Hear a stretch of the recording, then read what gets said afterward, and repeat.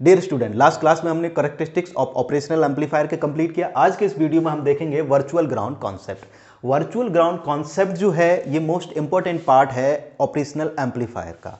अगर मैं इस कॉन्सेप्ट की बात करूं तो अगर आप यूनिवर्सिटी में हैं तब भी, अगर आप प्रिपरेशन कर रहे हैं तब, अगर ये कॉन्सेप्ट आपको अच्छे से क्लियर नहीं है और नहीं आता है तो ये समझिए आप 80 से 90% ऑपरेशनल एम्पलीफायर आपको नहीं आता है, क्योंकि जो भी न्यूमेरिकल्स आपके बेस्ड होते हैं, जो भी क्वेश्चंस आपके पूछे जाते हैं, आपके चाहे यूनिवर्सिटी एग्जाम्स में रिलेटेड हो या फिर कॉम्पिटिशन पॉइंट ऑफ व्यू से, तो वर्चुअल ग्राउंड कॉन्सेप्ट का जो यूज है वो बहुत जरूरी है। इसको सीखना बहुत इंपॉर्टेंट है। अगर आपको समझ में आ गया तो फिर बहुत ईजी हो जाएगा आगे चीजों को सॉल्व करना। So without a further delay let's start. तो वर्चुअल ग्राउंड कॉन्सेप्ट को समझने से पहले, वहां तक पहुंचने से पहले, है ना, थोड़ा सा एक दो चीजें और डिस्कस कर लेते हैं, कि स्टोरी बनाते हैं वहां तक पहुंचने से पहले, तब और मजा आएगा सीखने में। जैसे कि एक एग्जांपल यहां पर दे रखा है, ये आपके पास जो है एक प्रैक्टिकल ऑपरेशनल एम्पलीफायर है। प्रैक्टिकल ऑपरेशनल एम्पलीफायर है, किसी तरह की फीडबैकिंग नहीं है, that means open loop configuration है, और आपको दिया भी है ओपन लूप गेन जो है 10 टू द पावर 6। तो 10 टू द पावर 6 किसका गेन होता है? IC 741 का। तो 741 का दो सप्लाईज दी हैं, that is -12 volt and +12 volt output, और दो इनपुट्स हैं, that is non terminal input and non inverting and inverting. तो अब इसके बारे में अगर मैं बात करूं तो यहां पर एक चीज हम इस तरीके से सीख सकते हैं, जैसे कि पहला केस मैं ले लेता हूं, मैंने V1 को ले लिया 2 माइक्रोवोल्ट एंड B2 को सपोज ले लिया मैंने 1 माइक्रोवोल्ट। मैं अगर आपसे ये कहूं कि अगर आपने B1 और B2 पर दोनों पर इनपुट दिया तो बेसिकली आउटपुट जब ओपन लूप है उस केस में आ क्या रहा है, मैं देखता हूं ये किस तरीके से चीजों को एम्पलीफाई कर रहा है, क्या कर रहा है। ऑपरेशनल एम्पलीफायर को पहले हम ये देखते हैं। तो उसके लिए हम क्या करें, अगर मैं V0 की बात करता हूं तो V0 इक्वल टू क्या होता है, that is A open loop and VID जो है आपका वो कितना होता है, वो होता है B1 minus B2, non inverting terminal minus inverting terminal. तो V0 की जो वैल्यू आ गई that is A open loop B1 minus B2। इस फॉर्मूले की हेल्प से आप V0 की वैल्यू कैलकुलेट कर सकते हैं, कर लीजिए। तो V0 इज इक्वल टू कितना होगा, ए ओपन लूप की मैं बात करूं तो ए ओपन लूप कितना है 10 टू द पावर 6। V1 की मैं बात करता हूं तो V1 कितना है 2 माइक्रोवोल्ट। देखिए माइनस साइन ऑलरेडी आपने ये ले लिया है, तो अब B1 और B2 की जो भी वैल्यू गिवन है आपको विद साइन वही रखनी है। अब आपको ऐसा नहीं करना है कि -B2 अलग से फिर रखेंगे, क्योंकि ये नेगेटिव पे, क्योंकि नेगेटिव आप ऑलरेडी वहां पर ले चुके हैं। तो जो वैल्यू दे रखी है आप डायरेक्टली उन्हीं को रख दीजिए, -1 माइक्रोवोल्ट। तो एक तो तरीका ये हो गया डायरेक्टली। अगर आप चाहते हैं कि इस फॉर्मूले को यूज नहीं करना है तब आप एक तरीका ये भी अपना सकते हैं, जैसे कि V0, तो V1 इसके साथ मल्टीप्लाई होगा, तो V1 कितना है, that is 2 microvolt. So 2 microvolt multiplied with 10 to the power 6। उसके बाद जो ओपन लूप गेन है वो B2 के साथ भी मल्टीप्लाई होगा, लेकिन B2 कैसा है, नेगेटिव है, तो विद साइन के a open loop gain that is 10 to the power 6 into 1 into 10 to the power -6 या फिर माइक्रोवोल्ट। तो इस तरीके से भी अगर आप चीजों को करेंगे तब भी आपका वही आएगा, लेकिन अगर आप फार्मूला अपनाना चाहें तो इस तरीके से, तो जैसा आपका मन है आप दोनों तरीके से कर सकते हैं। चलिए आगे बढ़ते हैं। तो 10 to the power 6 2 minus 1 that is 1 into 10 to the power -6, तो यहां से देखें दैट इज 1 वोल्ट। तो यहां से कैलकुलेट किया आपको 1 वोल्ट मिल गया। अगर मैं यही करस्पॉन्डिंग ये कहूं कि ये वैल्यू अगर -1 और -2 होती, अगर ये -1 -2 होती तब क्या होता, देखिए कि यहां पर ये पॉजिटिव हो जाता, यहां माइनस होता, तो वैल्यू तो उतनी ही आती, लेकिन V0 कितना आता, -1 वोल्ट। देखिए तो यहां से क्या सीखने को मिला, यहां से ये सीखने को मिला कि अगर आपने B1 और B2 पर अगर दोनों पॉजिटिव हैं तो V0 की वैल्यू +1, और अगर दोनों ही नेगेटिव हैं तो V0 की वैल्यू -1। तो एक्चुअल में जो कैरेक्टरिस्टिक्स ग्राफ होता है, अगर मैं इसके ग्राफ की बात करता हूं ऑपरेशनल एम्पलीफायर के, इसको मैं डिलीट कर देता हूं, तो ये बेसिकली इस रेंज में काम करता है, इस तरीके से।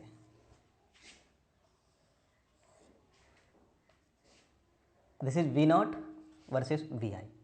यहां पर अगर मैं बात करूंगा, यहां से अगर मैं बात करूंगा तो देखिएगा ये जो होता है that is your -B saturation या फिर -BE भी कह सकते हैं इसे।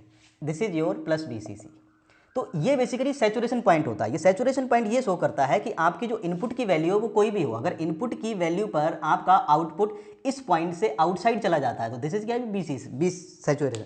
तो इसका मतलब ये हुआ कि B1 और B2 पर आप जो भी अप्लाई कर रहे हैं, B0 की जो वैल्यू है वो -12 और +12 के बीच में ही रहेगी, इससे ज़्यादा नहीं हो सकती है ना, क्योंकि ये क्या है, ये इसकी मैक्सिमम वैल्यूज है। और अगर सपोज कीजिए कि इसकी वैल्यू इनसे ज़्यादा आ भी रही है तो अगर वो पॉजिटिव में होगी तो उसकी मैक्सिमम वैल्यू कितनी अगर होगी, +12 वोल्ट, और अगर वो नेगेटिव में वैल्यू होगी तो वो कितनी हो जाएगी, -12 वोल्ट। तो ये कह सकते हैं कि ये जो रेंज है, यानी कि ये जो एम्पलीफायर है, ऑपरेशनल एम्पलीफायर, ये सिर्फ इतनी ही रेंज को एम्पलीफाई कर सकता है। इसे क्या बोलते हैं, लीनियर रेंज, है ना, या फिर इसे ऑपरेटिंग रीजन भी बोला जाता है,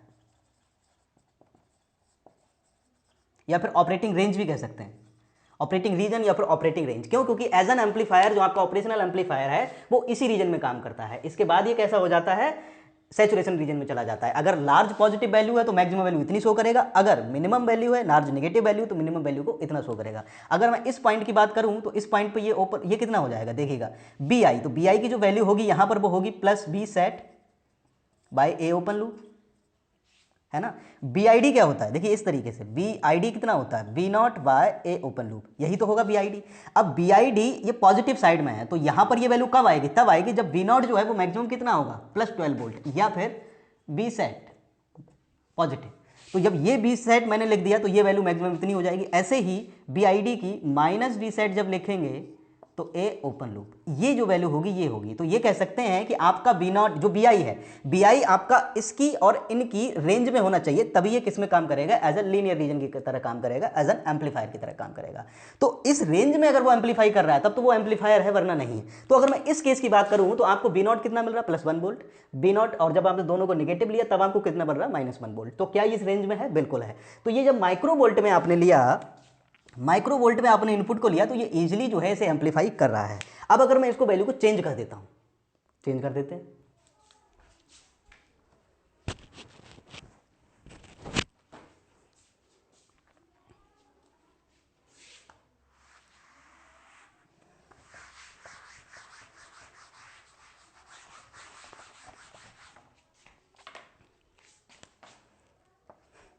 तो अगर V1 की वैल्यू 2 मिली वोल्ट और V2 की वैल्यू 1 मिली वोल्ट अगर आप ये ले लेंगे तब देखिएगा B0 की वैल्यू कितनी आएगी। A open loop that is 10⁻6, B1 minus V2 that is 2 - 1 millivolt. तो ये कह सकते हैं कि 10⁻6 और इंटू 10⁻³ दैट इज 10⁻3। तो देख रहे हैं 1000, गेन कितना आ गया, 1000। तो क्या 1000 +12 और -12 की रेंज में है, नहीं है, इससे बाहर चला गया। ये वैल्यू किस में है, ये प्लस में है। जो प्लस में है तो यहाँ पर जो B0 की वैल्यू होगी वो कितनी होगी, +12 वोल्ट। तो ये कितना शो करेगा, +12 वोल्ट शो करेगा। अब +12 वोल्ट शो कर रहा है, अगर सपोज कीजिए यही दोनों नेगेटिव होते तो ये किसको शो करता, दैट इज -12 वोल्ट। तो ये इसको शो करता। तो क्या ये एज एन एम्पलीफायर की तरह काम कर रहा है, यहाँ पर नहीं कर रहा। क्यों, क्योंकि इसका जो रेंज है वो कहाँ पे, इसके आउटसाइड चला गया। तो ये सैचुरेशन रीजन में वहाँ पे चला जाएगा, ये ऑपरेटिंग रीजन में काम नहीं कर रहा है। तो ये कह सकते हैं कि जो ऑपरेशनल एम्पलीफायर है, जो ओपन लूप गेन है, जो ओपन ऑपरेशनल एम्पलीफायर है, ये क्या कर रहा है, ये सिर्फ स्मॉल वैल्यू ऑफ वोल्टेज को एम्पलीफाई कर सकता है, ना कि लार्ज वैल्यू ऑफ वोल्टेज को, है ना। तो ये इसका ड्रॉबैक है। और ये ड्रॉबैक बेसिकली इसमें जो मेन कल्प्रिट है वो कौन है, वो है इसका ओपन लूप गेन, क्योंकि ओपन लूप गेन 10⁻6 है। अब सपोज कीजिए इसी मिली वोल्ट में अगर मैं 10⁻3 कर देता हूं इसे, तो ये कितना हो जाएगा, ये 10⁻3 हो गया, और सेम अब ये कितना आ गया, बना गया, इस रेंज में आ गया। तो ये कह सकते हैं कि अगर हम किसी रीजन से किसी तरीके से इस गेन को डिक्रीज कर सकें तो हम इसको और यूजफुल बना सकते हैं कि अपनी जो लार्ज वैल्यू ऑफ वोल्टेजेस हैं इसको भी एम्पलीफाई कर सकते हैं। तो उसके लिए जो मेन तरीका है वो इसका क्या है, वो है नेगेटिव फीडबैकिंग। नेगेटिव फीडबैकिंग हम कर देते हैं इस ऑपरेशनल एम्पलीफायर की, और नेगेटिव फीडबैकिंग से इसका जो गेन है वो कैसा हो जाता है, डिक्रीज हो जाता है। अब नेगेटिव फीडबैकिंग क्या है, डिक्रीज कैसे हो रहा है, ये एक पूरा चैप्टर है, पूरा टॉपिक है, इसको अलग देखेंगे तब आपको अच्छे से समझ में आएगा। यहाँ पर बस ये समझने वाली बात है कि नेगेटिव फीडबैकिंग का मतलब ये है कि आउटपुट को आप किसी रेजिस्टेंस या किसी रेजिस्टेंस या कैपेसिटर के किसी एलिमेंट की हेल्प से आप एक इनपुट से कनेक्ट करते हैं, और जो इनपुट से कनेक्ट करते हैं वो कैसी होती है, आपकी इन्वर्टिंग इनपुट, है ना। तो ये कैसी हो गई, ये नेगेटिव फीडबैकिंग। अगर आप इसे पॉजिटिव टर्मिनल से कनेक्ट कर देते तो ये हो जाता पॉजिटिव फीडबैकिंग। तो अभी बस आपको ये पोर्शन ध्यान रखना है। अब आगे बढ़ते हैं। तो अब समझते हैं वर्चुअल ग्राउंड कॉन्सेप्ट को। अब बहुत अच्छे से चीज़ें क्लियर हो जाएंगे। वर्चुअल ग्राउंड कॉन्सेप्ट की अगर मैं बात करूं तो उसके लिए मैंने एक एग्जांपल ले लिया है, that is ideal operational amplifier. तो आइडियल ऑपरेशनल एम्पलीफायर में जो आउटपुट होगा वो कितना होगा? आउटपुट की अगर आप बात करें तो आउटपुट क्या होता है? That is A open loop into B I D, ये होता है। तो ए ओपन लूप की अगर हम बात करें तो ए ओपन लूप कितना होगा? That is V naught by V I D. देखिएगा, अगर आप चाहते हैं कि जो ए ओपन लूप गेन है, आइडियल केस में क्या होता है? आइडियल केस में ओपन लूप गेन इन्फिनिटी होता है। अगर ये इन्फिनिटी है तो ये पॉसिबल कब हो सकता है? ये दो ही कंडीशंस में पॉसिबल हो सकता है कि या तो आपका बी नॉट इन्फिनिटी हो जाए या फिर जो वी आई डी है वो आपका कितना हो जाए? जीरो। ये दो ही पॉसिबल कंडीशंस होती हैं। तो क्या बी नॉट, अब बी नॉट के बारे में देखते हैं, क्या बी नॉट इन्फिनिटी हो सकता है? नहीं, उसकी जो मैक्सिमम वैल्यू होती है वो प्लस बीसीसी या फिर माइनस बीसीसी हो सकती है। तो ये तो कभी इन्फिनिटी नहीं हो सकता है ना। अगर इन्फिनिटी होगा भी तब भी जो ऑपरेशनल एम्पलीफायर है वो किस पे? अगर ये प्लस इन्फिनिटी होगा तो इस पे सैचुरेट कर देगा, अगर वो माइनस इन्फिनिटी होगा तो इस पे। तो इससे ज़्यादा वैल्यू तो हो ही नहीं सकती। दूसरा केस बचा फिर बी आई डी का। तो बी आई डी जीरो हो सकता है? बिल्कुल हो सकता है। कैसे? बी आई डी बेसिकली क्या होता है? V non inverting terminal minus V inverting terminal is equal to V I D, ये हो सकता है। तो ये अगर जीरो है तो that means V non inverting terminal is equal to V inverting terminal. तो अगर open loop gain, that is आपका जो गेन है वो इन्फिनिटी है, आइडियल कंडीशन है, आइडियल कंडीशन में वी आई डी जीरो है, जिस केस में दोनों ही इनपुट कैसे हैं? इक्वल है। इक्वल है मतलब ये वर्चुअली इक्वल है। इन्हें हम क्या बोलते हैं? ये वर्चुअली इक्वल है। वर्चुअली इक्वल, तो वर्चुअली इक्वल का मतलब ये हो गया कि जब वी नॉन इन्वर्टिंग टर्मिनल और इन्वर्टिंग टर्मिनल जब दोनों ही वर्चुअली इक्वल हो जाए तो इसी कंडीशन को आप बोलते हैं वर्चुअल ग्राउंड कॉन्सेप्ट। उसके लिए ध्यान रखना है कि जो आपका ऑपरेशनल एम्पलीफायर है वो कैसा होना चाहिए? आइडियल। अगर आइडियल है तो ये कंडीशन वैलिड है। अब इसका यूज किस तरीके से करते हैं? एक्चुअल में इसका ऐसा क्या इंपॉर्टेंस है कि इसको मैंने बोला कि ये अगर आपको नहीं आता है तो आप 80 से 90% सिलेबस को अच्छे से कंप्लीट नहीं कर पाएंगे। तो इसको अब समझते हैं इस एग्जाम्पल की हेल्प से कि कैसे वर्चुअल ग्राउंड कॉन्सेप्ट जो है वो यहाँ पर अच्छे से हर एक क्वेश्चन में, हर एक टेक्निक में एप्लीकेबल होगा। दूसरी सबसे बड़ी चीज आप सोच रहे होंगे कि अगर आइडियल नहीं है तब क्या? उसको भी देखेंगे। आइडियल जब होता है तो क्योंकि आपके केसेस में यहाँ पर जनरली जो भी हम एनालिसिस करेंगे, जहाँ आपके सिलेबस में जितनी भी चीजें हैं जो भी एनालिसिस की जाती है वो एज एन ऑपरेशनल एम्पलीफायर को एज एन आइडियल मानकर ही की जाती है। तो इसलिए 99% केसेस में आपको आइडियल केसेस ही दिखेंगे, तो वहां पर जो है एप्लीकेबल होगा। इसकी कुछ और भी कंडीशंस होती हैं जहां ये एप्लीकेबल होता भी है और नहीं भी होता है, उनके बारे में भी एक एक करके हम डिस्कस करेंगे। तो अब इस एग्जाम्पल्स को देखते हैं। देखिए ये क्या कह रहा है, ये बोल रहे हैं कि इन्होंने क्या किया, एक फीडबैकिंग कर दी है, नेगेटिव फीडबैकिंग है, और एक सप्लाई वोल्टेज है जो कहां पे दिया है, एक इन्वर्टिंग टर्मिनल पे दिया है, और एक जो नॉन इन्वर्टिंग टर्मिनल है उसे कैसा कर दिया, ग्राउंड। अब इसमें वर्चुअल ग्राउंड कॉन्सेप्ट लगाइए। अब जब भी आप इस तरह का आइडियल देखिए, ओपन लूप गेन कैसा है, infinity. Infinity that means ideal operational amplifier, तो वर्चुअल ग्राउंड कॉन्सेप्ट जो है वो एप्लीकेबल है। अब वर्चुअल ग्राउंड कॉन्सेप्ट क्या कहता है कि जो नॉन इन्वर्टिंग टर्मिनल है और जो इन्वर्टिंग टर्मिनल है ये दोनों कैसे होते हैं, इक्वल। तो अगर ये जीरो है तो ये भी जीरो होगा वर्चुअल ग्राउंड कॉन्सेप्ट से। अगर ये जीरो है तो अब आप अगर देखें वी नॉट की वैल्यू फाइंड करें तो आप कर सकते हैं, बिल्कुल कर सकते हैं। अब आप क्या करें, आप इनमें करंट एज्यूम कर लें। Suppose this is I1 and this is I2, तो ये भी दोनों आउटगोइंग करंट है, तो I1 plus I2 is equal to 0। अब आप इसमें KCL अप्लाई कर दें, तो KCL अप्लाई करेंगे तो I1 की जो वैल्यू होगी वो कितनी होगी, 0 minus VS bye R1, plus I2 की वैल्यू होगी 0 minus V naught by R2 is equal to 0। तो जो V नॉट की वैल्यू आप यहां से कैलकुलेट करेंगे that is minus R2 by R1 BS। तो ये बेसिकली क्या निकल के आया, V नॉट। और अगर आप गेन की बात करेंगे, जो फाइनल गेन होगा तो गेन कितना होगा, that is V naught by VS is equal to R2 by R1 minus का। तो ये बेसिकली इसका क्या है, गेन निकल आया। तो इसे आप क्या बोलते हैं, ये आपका कहलाता है इन्वर्टिंग ऑपरेशनल एम्पलीफायर। ये इन्वर्टिंग ऑपरेशनल एम्पलीफायर है। तो देख रहे हैं कि आप वर्चुअल ग्राउंड कॉन्सेप्ट से आप कैसे इजीली इसका गेन फाइंड कर लिया। अब सपोज करते हैं इसको थोड़ा सा मॉडिफाइड करते हैं। मॉडिफाइड ये कर दिया कि अगर मैंने इसे ग्राउंड कर दिया और यहां पर मैंने BI ले लिया, अब क्या होगा, अब इसको सॉल्व कर लेते हैं। तो अब इसे सॉल्व करेंगे तब भी सेम, आप वर्चुअल ग्राउंड कॉन्सेप्ट लगाइए। तो अगर यहां पर BI सप्लाई दिया है तो ये भी BI होगा। अब आप इस पर क्या करिए, I1 plus I2 is equal to 0। तो ये कितना होगा, I1 की जो वैल्यू होगी वो कितनी होगी, VI divided by R1, plus I2 की जो वैल्यू होगी वो कितनी होगी, VI minus V naught by R2 is equal to 0। अगर आप यहाँ से V नॉट बाय VI की वैल्यू निकालेंगे तो ये बनेगा 1 प्लस R2 बाय R1। आप इसे सॉल्व कर लेंगे, आपके पास ये वैल्यू आ जाएगी। अब यहाँ पर आप देख रहे हैं जो गेन है, जो इन्वर्टिंग, इसे क्या आप बोलते हैं, ये कहलाता है नॉन इन्वर्टिंग। क्यों, क्योंकि जो इनपुट है वो आपने किस पे दी है, नॉन इन्वर्टिंग टर्मिनल पे। तो ये क्या कहलाएगा आपका नॉन इन्वर्टिंग ऑपरेशनल एम्पलीफायर। ये बेसिक एम्पलीफायर्स हैं जिनके बारे में आपको जानना बहुत जरूरी है। तो नॉन इन्वर्टिंग एम्पलीफायर की अगर मैं बात करूं तो यहाँ पर आप देख रहे हैं कि इनपुट और आउटपुट के बीच जो है, क्योंकि ये पॉजिटिव में आ रहा है तो यहाँ पर 0 डिग्री का फेज शिफ्ट होता है। लेकिन वही इन्वर्टिंग ऑपरेशनल एम्पलीफायर में हमने देखा कि -R2/R1 आ रहा था, तो वहाँ पर जो फेज शिफ्ट होगा इनपुट और आउटपुट के बीच वो कितना होगा, 180 डिग्री का फेज शिफ्ट वहाँ पर होगा। तो ये दोनों होपफुली अब आपको समझ में आ गए होंगे कि कैसे हम एक वर्चुअल ग्राउंड कॉन्सेप्ट का यूज करते हैं जो भी हमारे पास ऑपरेशनल एम्पलीफायर्स गिवन होता है उसमें।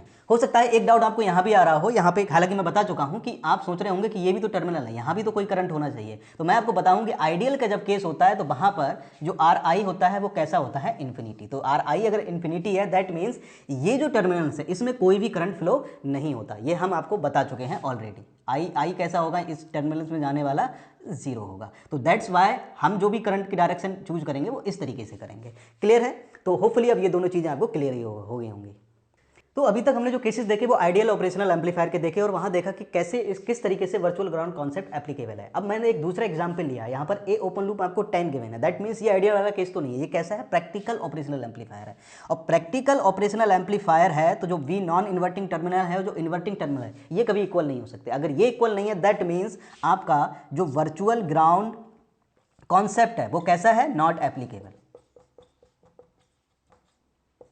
वर्चुअल ग्राउंड कॉन्सेप्ट यहां पर आपका जो है वो एप्लीकेबल नहीं होगा। अब नहीं होगा तब हम किस तरीके से, ये थोड़ा सा डिफिकल्ट बच्चों के लिए हो जाता है कि जब ओपन लूप गेन गिवन है, प्रैक्टिकल ऑपरेशनल एम्पलीफायर है, तब किस तरीके से उसके साथ डील किया जाए, है ना। हालांकि बहुत ज्यादा ये नहीं, लेकिन हाँ आपके यूनिवर्सिटी एग्जाम्स में जनरली आपको कंफ्यूज करने के लिए कभी कभी इस तरह का क्वेश्चंस दे भी सकते हैं, है ना। कॉम्पिटेटिव पॉइंट ऑफ व्यू से तो ये बहुत इंपॉर्टेंट नहीं है, लेकिन इन रेयर केस आ भी सकता है। तो जनरली जो क्वेश्चंस बनते हैं वो आइडियल केस से ही बनते हैं, लेकिन university exam point of view से देखें तो वहां पूछा जा सकता है। तो लेकिन आपको पता होना चाहिए कि बेसिकली प्रैक्टिकल से हम किस तरीके से डील करते हैं। तो इसको डील करने के लिए आप क्या कर सकते हैं, देखिए एक चीज हमेशा ध्यान रखिएगा, सारे ही कैरेक्टरिस्टिक्स जैसे कि यहां पर ए ओपन लूप गिवन है दैट मींस ये प्रैक्टिकल है। इसका मतलब ये नहीं हुआ कि अब जितने भी अदर पैरामीटर्स हैं वो अब आइडियल नहीं रहे। अगर मैं इसको ए ओपन लूप को 10 मान रहा हूं दैट मींस जो RI है वो अभी आपका अब इन्फिनिटी होगा ही, R0 को मैं ऑलरेडी इन्फिनिटी हूँ। इसका मतलब नहीं है सारे पैरामीटर्स ही मेरे अब प्रैक्टिकल ऑपरेशनल एम्पलीफायर के होंगे।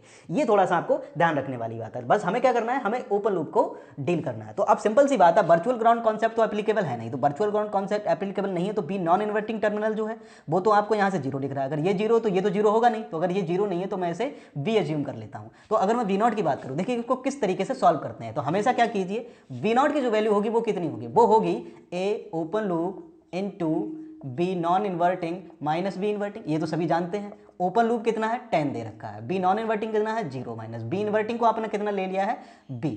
तो V0 की जो वैल्यू आ गई that is equal to -10V। एक इक्वेशन ये आ गई आपके पास। अब आप क्या करें, यहां से किसी तरीके से इस सर्किट से B की वैल्यू को कैलकुलेट कर लें और वो यहां पर पुट कर देंगे तो आपको V0 मिल जाएगा। ठीक है, अब V0 को आप BS के टर्म में कैसे फाइंड कर सकते हैं, तो आप देखिए ऑब्वियसली यहां पर RI तो इन्फिनिटी होगा, RI कैसा होगा, इन्फिनिटी होगा, तो यहां पर जो करंट होगी वो तो कैसी होंगी, 0 ही होंगी। ये आपको कंसीडर करना है, क्योंकि ओपन लूप गेन अगर आपका इन्फिनिटी नहीं है दैट मींस RI इन्फिनिटी नहीं है, इसका ये मतलब नहीं होता। और सारी कंडीशंस को हम आइडियल ही लेकर चलेंगे, सिर्फ ओपन लूप गेन को छोड़कर। तो यहां से अगर आप देखेंगे तो इसमें आप केवीएल वो लगा दीजिए KCL, तो ये कितना होगा B माइनस BS/10 प्लस, और ये हो जाएगा V माइनस V0/100 के इज इक्वल टू 0। होप मैं ये तो उम्मीद करूंगा कि आपको KCL लगाना तो ऑब्वियसली आधा है, इसमें करंट दोनों कैसे होंगे इक्वल, तो ये आ गया। तो यहां से अगर आप देखिए इसको सिंपली आप कैलकुलेट कर लेंगे, तो जब कैलकुलेट करेंगे तो आपको यहां से V की वैल्यू कैलकुलेट कर लेंगे, तो V की जो वैल्यू उसको सॉल्व करेंगे तो ये मिलेगी 10/11VS प्लस V0/11। इस वैल्यू को आप यहां पुट करेंगे और यहां से जब पुट कर देंगे तो V0 और VS इसकी जो वैल्यू निकलेगी दैट इज -4.8। तो देख रहे हैं गेन यहाँ पर कितना आ गया, -4.8। यानी कि जब आपने प्रैक्टिकल ऑपरेशनल एम्पलीफायर लिया जिसका गेन 10 है तो ये कितना आ रहा है, -4.8। अगर मैं इसे आइडियल एज्यूम करता तो आइडियल के केस में ये है कैसा, ये देख रहे हैं ये कैसा है, बेसिकली ये इन्वर्टिंग ऑपरेशनल एम्पलीफायर है। देख रहे हैं इन्वर्टिंग टर्मिनल पे BS है, तो इन्वर्टिंग का गेन कितना होता है, V0/BS की जो वैल्यू होती है दैट इज -R2/R1। तो R2 कितना है 100/10, तो दैट इज 10, वो भी किस पे, माइनस का। तो देख रहे हैं आइडियल के केस में कैसा है, ये है। लेकिन जैसे ही आपने प्रैक्टिकल केस लिया तो प्रैक्टिकल केस में कैसा हो गया, गेन आपका डिक्रीज हो गया। क्लियर है, तो ये ध्यान रखिएगा। तो जब भी आप प्रैक्टिकल ऑपरेशनल एम्पलीफायर लेते हैं तो प्रैक्टिकल ऑपरेशनल एम्पलीफायर का जो गेन है वो एज कंपेयर टू आइडियल से कैसा होता है, कम होता है। तो यहाँ पर ये चीज आपने देखा कि जब प्रैक्टिकल ऑपरेशनल एम्पलीफायर का गेन आपको गिवन है तब आपको उसको किस तरीके से डील करना है। होप ये चीजें अब आपको अच्छे से क्लियर हो गई होंगी। अब देख लेते हैं कि validity of virtual ground concept, कि वर्चुअल ग्राउंड कॉन्सेप्ट आप कहाँ कहाँ यूज कर सकते हैं और कहाँ यूज नहीं कर सकते हैं, इसका पता होना बहुत जरूरी है। तो सबसे पहला पॉइंट लिखा है कि virtual ground concept valid for internal terminal not for external terminal. इसका मतलब क्या है? मतलब यह है कि आपके पास एक ऑपरेशनल एम्पलीफायर है। अब ऑपरेशनल एम्पलीफायर है, आइडियल है, तभी आप लगाएंगे। तो ये इंटरनल टर्मिनल के है, दैट मीन्स इंटरनल का मतलब ये हुआ कि this is your V non inverting terminal and this is your inverting terminal. अभी आपने क्या किया, जैसे कि आपको बहुत सारे सर्किट इस तरीके से दिखेंगे, ये दिखेगा, फिर आपने ये रजिस्टर बना दिया, यहाँ पर भी आपको एक रजिस्टर दिख सकता है, यहाँ पर भी आपको एक रजिस्टर दिखेगा, और आपको हो सकता है कि यहाँ पर ये ग्राउंड दिख जाए। जैसे सपोज कीजिए इस तरह का कोई सर्किट है, R1, R2, R3, अब और ये है R फीडबैक, RF है, और यहाँ पे आउटपुट। अगर आपसे कहा जाए कि आप मुझे आउटपुट बताइए, तो देखिए वर्चुअल ग्राउंड कॉन्सेप्ट एप्लीकेबल है, लेकिन इंटरनल टर्मिनल का मतलब ये होता है कि this is your non inverting and this is your inverting. तो हमेशा ये जो होंगे ये वर्चुअली आपके ग्राउंडेड होंगे, यानी कि जो वोल्टेज इसका होगा वही वोल्टेज इसका होगा। ये एक्सटर्नल टर्मिनल का मतलब है, जैसे कि मैं इस टर्मिनल की बात करूं तो ये टर्मिनल इसके लिए कैसा है, एक्सटर्नल है, तो यहां पर वर्चुअल ग्राउंड कॉन्सेप्ट जो एप्लीकेबल नहीं होगा। तो वर्चुअल ग्राउंड कॉन्सेप्ट कहां पर होगा, सिर्फ इंटरनल टर्मिनल्स के लिए। होप ये पॉइंट आपको अच्छे से क्लियर हो गया होगा। सेकंड बोल रहे हैं valid for negative feedback. Negative feedback का मतलब ये कि ये जो फीडबैक लिया है वो आपने यहां से लिया है, और ये कैसा है, पॉजिटिव। अगर V0 डायरेक्टली पॉजिटिव में आया तो ये इस केस में क्या होगा, इस केस में आपका जो वर्चुअल ग्राउंड कॉन्सेप्ट है वो कैसा होगा, वैलिड नहीं होगा, आप इसको अप्लाई नहीं कर सकते। तो ध्यान रखिएगा, जो भी फीडबैकिंग दिया होगा वो कहां से हो, नेगेटिव फीडबैकिंग से हो। अब इसका रीजन क्या है कि नेगेटिव फीडबैकिंग से, नेगेटिव फीडबैक क्या करता है, बेसिकली जो आपका इनपुट वोल्टेज होता है इसको मिनिमाइज करता है। मिनिमाइज करने का मतलब ये है कि आप इस तरीके से समझ सकते हैं, आपके पास एक ऑपरेशनल एम्पलीफायर है, ऑपरेशनल एम्पलीफायर से एक ये आउटपुट है, आउटपुट से आपने क्या किया, ये यहाँ से इसको हटा देते हैं ऐसे, तो ये आपने आउटपुट लिया और यहाँ से आपने इस आउटपुट को ऐड किया इस तरीके से। तो सपोज कीजिए this is feedback part, this is BS, और ये क्या है, VID। ID क्या है, जो कि आपका एम्पलीफायर है इसमें, तो ये नेगेटिव फीडबैकिंग है। तो इस देखिए फीडबैकिंग का ये तरीका होता है कि आपने B0 का एक पार्ट लिया और नेगेटिव में, और ये इसके साथ ऐड हो गया। तो VID की अगर मैं बात करूं तो VID कैसा होगा, VID होगा BS माइनस VF।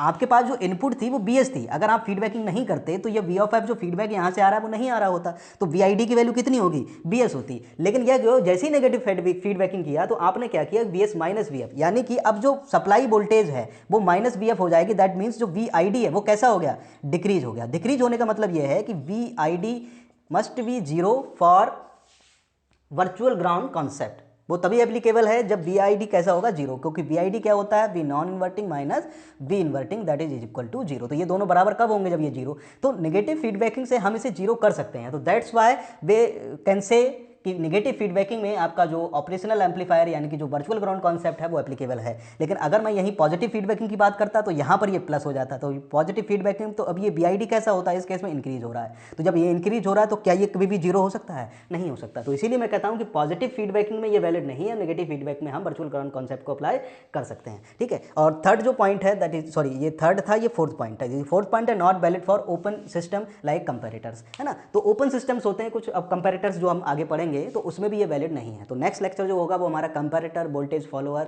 इस तरह से होगा कि ऑपरेशनल एम्पलीफायर की जो एप्लीकेशंस है वो किस तरीके से है। तो होप वर्चुअल ग्राउंड कॉन्सेप्ट आपको बहुत अच्छे से समझ में आ गया होगा। अगर कोई भी डाउट आपका रह गया तो आप मुझे कमेंट सेक्शन में पूछ सकते हैं। तो आज के लिए इतना ही रखते हैं, see you in the next one.